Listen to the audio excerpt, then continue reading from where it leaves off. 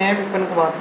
और दोस्तों, आज हम समझेंगे base of ISO 9001 and IATF 16949। तो जो भी मेरे फ्रेंड्स ऑटोमोटिव सेक्टर में जॉब कर रहे हैं या न्यू अभी ज्वाइन हुए हैं, उनको ये अंडरस्टैंड करना बहुत ज़्यादा इम्पोर्टेंट है कि ISO बेस्ड IATF का बेस क्या है और क्या क्या इसमें प्रिंसिपल्स हैं। तो आज समझेंगे base of ISO 9001 and IATF 169 quality principle. तो दोस्तों, किसी भी इंडस्ट्री में किसी सिस्टम को बनाने के लिए तो क्वालिटी मैनेजमेंट सिस्टम होता है, उसके कुछ प्रिंसिपल्स होते हैं। तो आज वो समझेंगे दोस्तों। तो वन बाय वन हम समझेंगे। तो देखो, सबसे पहले नंबर पे होता है क्वालिटी मैनेजमेंट सिस्टम जहाँ इम्प्लीमेंट होता है कस्टमर फोकस।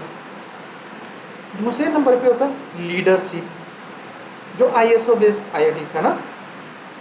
तीसरे नंबर पे एंगेजमेंट ऑफ पीपल। चौथा प्रोसेस अप्रोच। पांचवा इम्प्रूवमेंट। छठा एविडेंस बेस्ड डिसीजन मेकिंग। सातवां रिलेशनशिप मैनेजमेंट। अब ये सारी चीज़ें हम वन बाय वन डेप्थ में समझेंगे दोस्तों।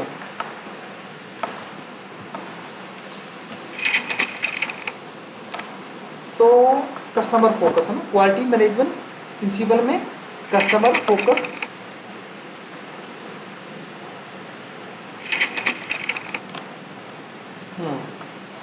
तो कस्टमर फोकस में क्या करना होता है दोस्तों? The primary focus of quality management is to meet customer requirement. अब दोस्तों, इसमें CDC एक चीज़ बताई हुई है कि to meet the customer requirement.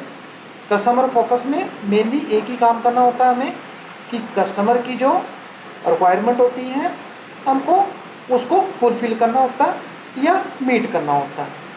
Second one leadership at all levels stables unity of purpose and direction and create condition in which people are engaged in achieving the quality objective of organization। Leadership के लिए दोस्तों unit होती है उसको unity establish करना होता है ना। Directions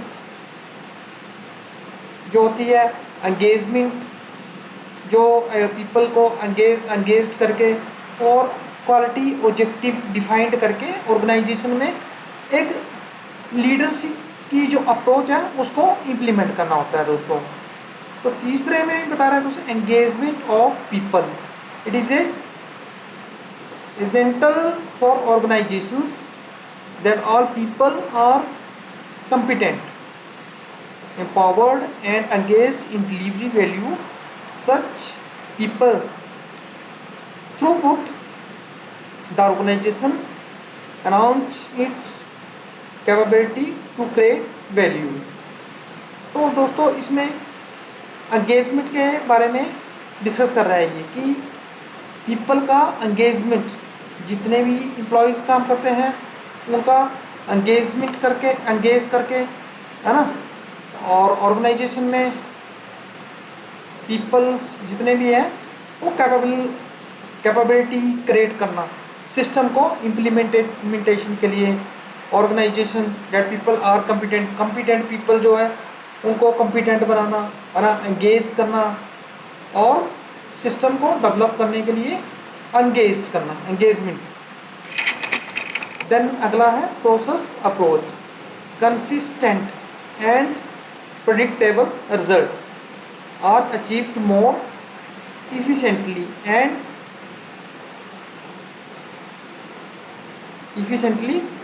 when activities are understood and managed as interrelated process the function as a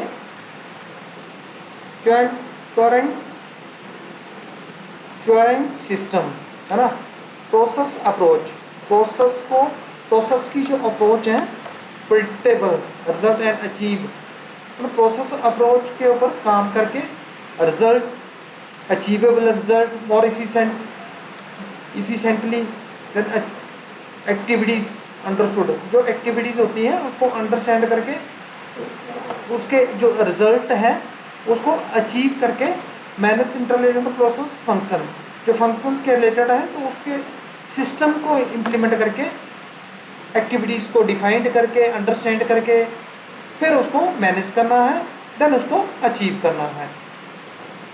अगले उसमें कह रहे हैं improvement, successfully organisation have an ongoing focus for improvement. यहाँ इम्प्रूवमेंट की बात हो रही है तो हर एरिया में जो अपॉर्चुनिटी फॉर इम्प्रूवमेंट निकल के आएगा हमें उसके ऊपर फोकस करना है और उसको इम्प्रूव करना है।